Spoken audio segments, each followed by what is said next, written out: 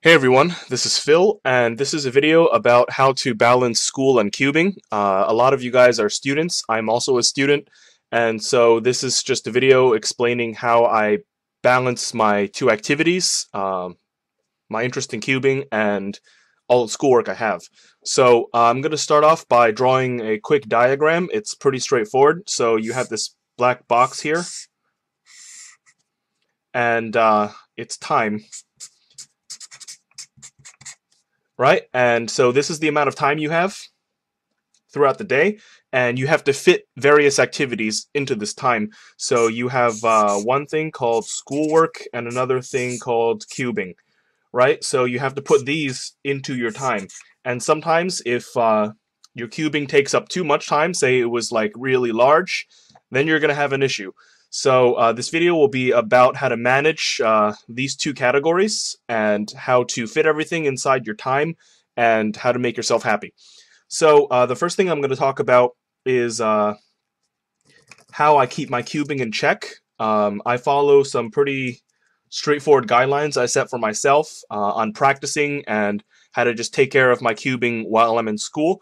And the second part of the video will be about how I manage my schoolwork and how I just set a schedule for myself and how I make sure all my work is done.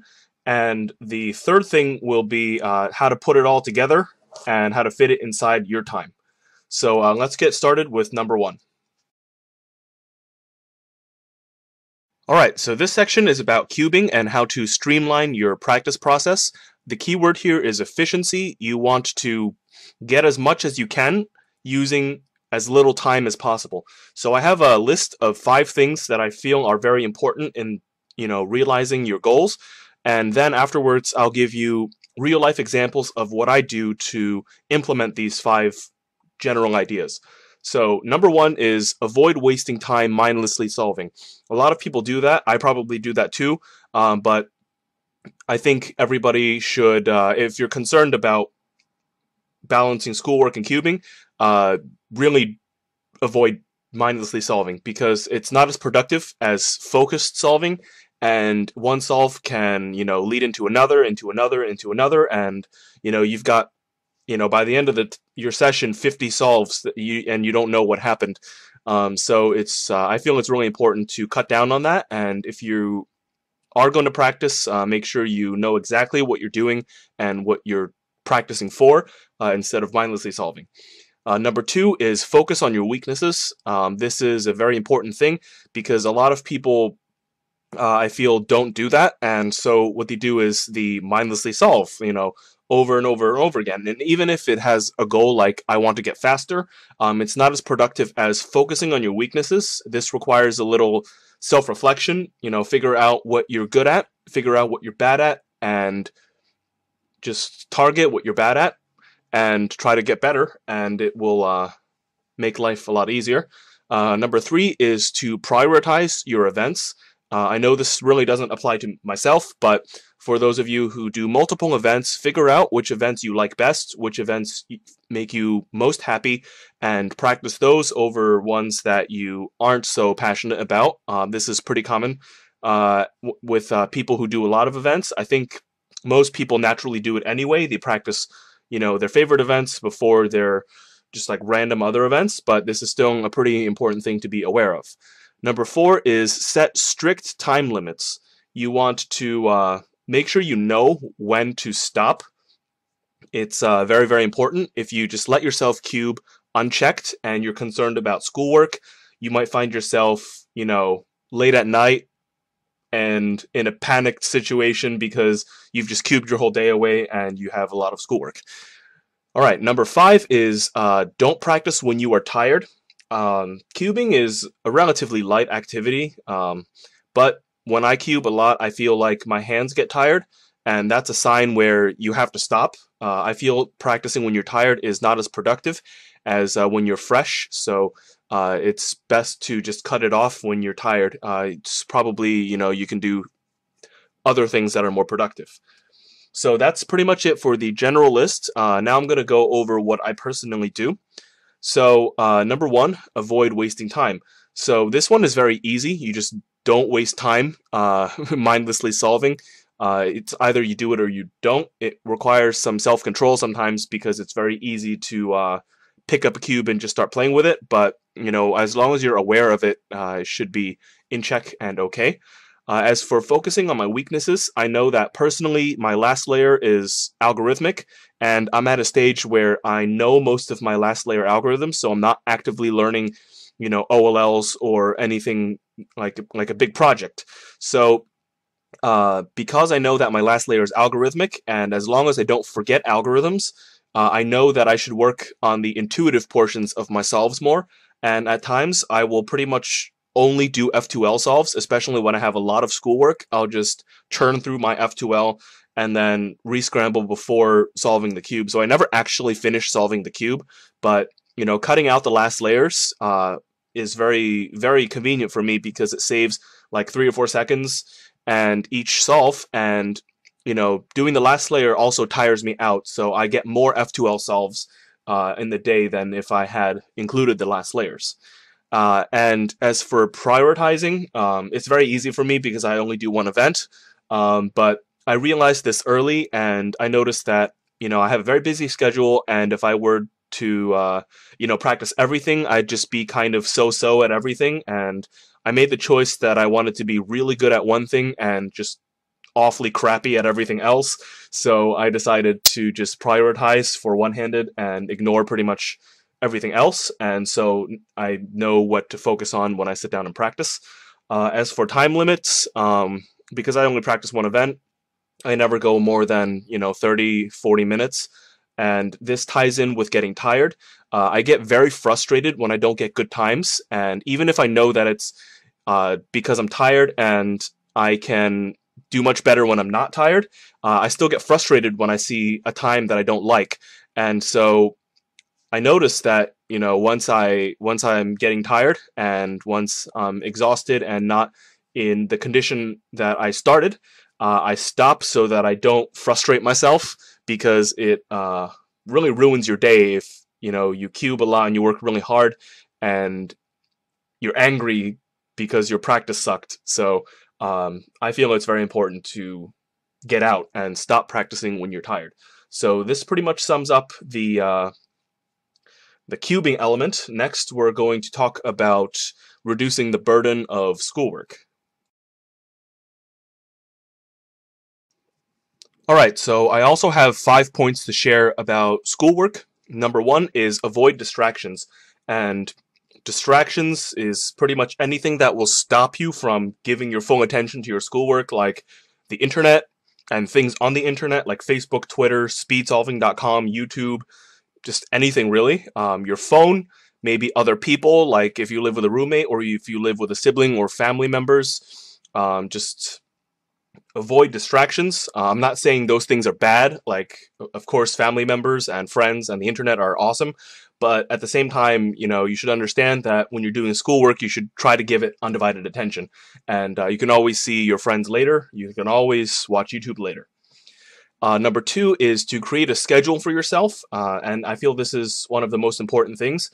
You can possibly create a micro schedule, filling in what you want to accomplish in one day, and a macro schedule, what you want to accomplish during the week. And of course, you can adjust the schedule as real life, progresses. You can see whether or not your schedule was on point, and the more you do this, the more accurate your scheduling will be. You'll be better at estimating how much time it takes for you to do certain things, and your scheduling skills will get better as you keep doing it.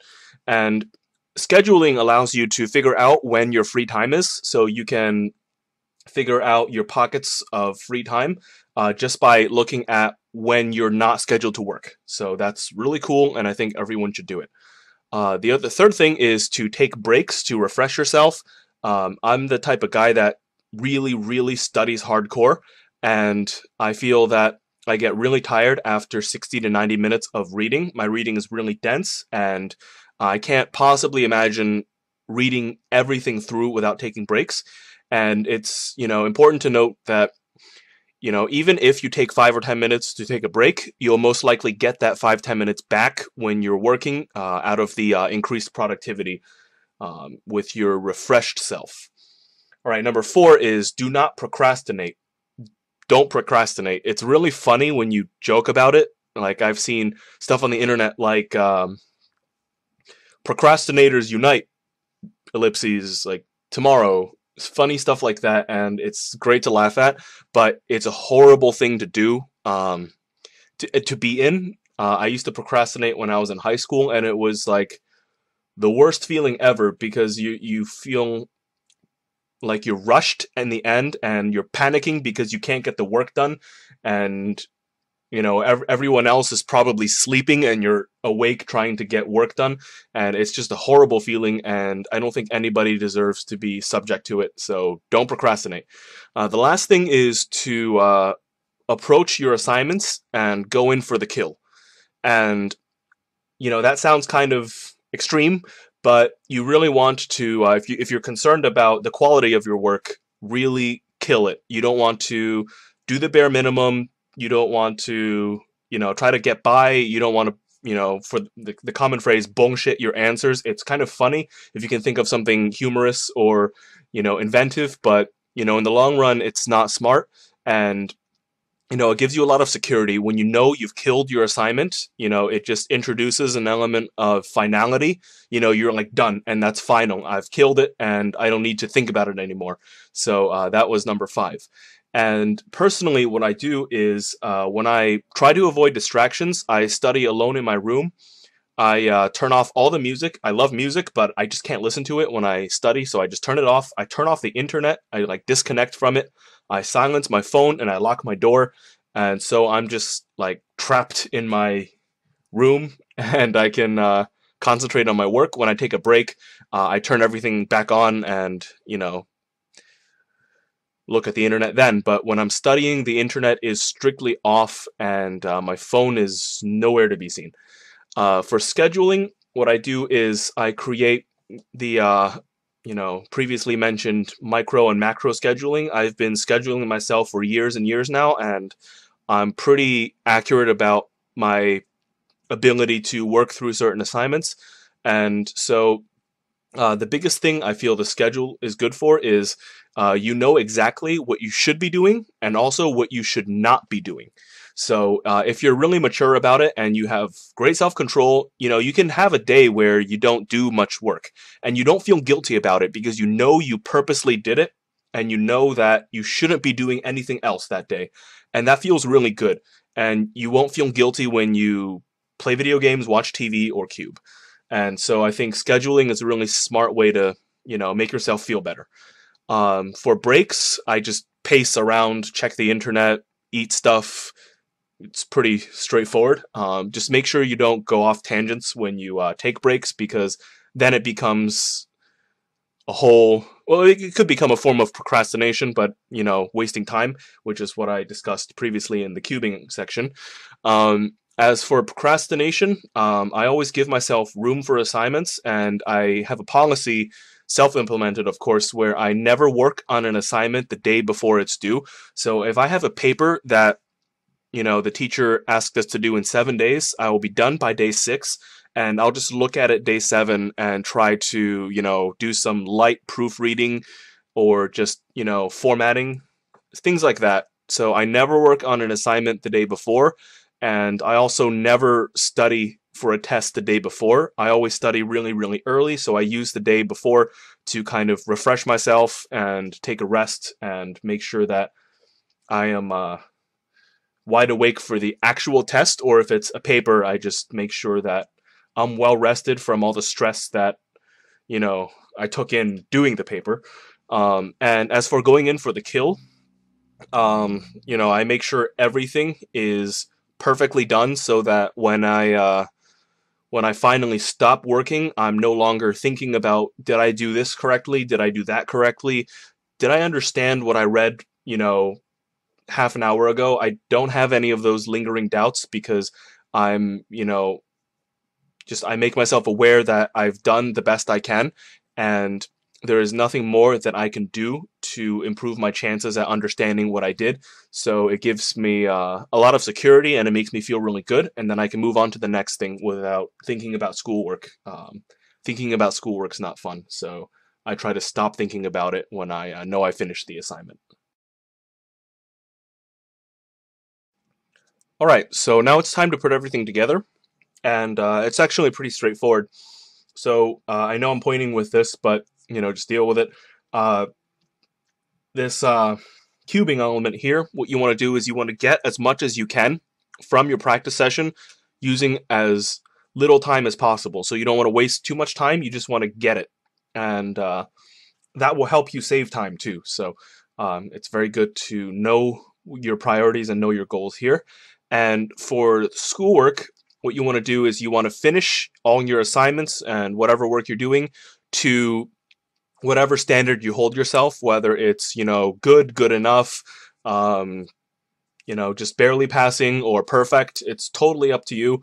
But just finish it to whatever standard you like it to be. And once you do that, you don't really feel guilty about cubing because you know you've tried your best. And it's also important to note that you want to schedule yourself. That way you can figure out when you can cube and, when you can really have fun, when you can do other things. So it's important to set a schedule for yourself. And when you put these two things together, it becomes kind of like this. So personally, I try to get schoolwork done first because ultimately I am a student and I am looking for a job once I graduate, hopefully. So, and I noticed that, maybe schoolwork is more likely to get me a good job if I, do well in school than if I just cubed a whole lot. So for me, I always do the schoolwork first and then I do the cubing. But at the same time, I know that, looking at my schedule, I know that I can do both because I know my schoolwork is, from say 3 to 8, and then I know that my cubing is from, 9 to whenever. So because I know that I have time for both, I'm not so bummed out about having to do 5 hours of schoolwork before cubing. It's just the way it is, and I have to do it, and it just feels much better once you know the order of what you're doing and when you do it. So the last thing I wanted to say is this is just based on what I observed in my personal life. My personal life is probably different from everyone's personal lives, and everyone is unique. You have different number of events you can do, different allocations for what you want to do in cubing, different amounts of schoolwork, different attitudes on how you should do schoolwork, different amounts of time. So these boxes could be any size. And it's, if you're concerned about fitting both of these inside your personal box, you're going to have to tailor some of the pieces of advice I give to your own personal life. Unless you live a very similar life to me, which I don't think is super common, cubing law students. But, if you are out there, feel free to contact me and we can, you know, talk about our tedious lives reading and then cubing. So that's pretty much a wrap for the subject, balancing school and cubing. If you have your own ideas about how to do this, or if you have any experiences you'd like to share, feel free to comment, and so everyone can see what you've been up to and how exactly you fit in your obligatory schoolwork and your passion for cubing. Thanks for watching, and see you in the next video.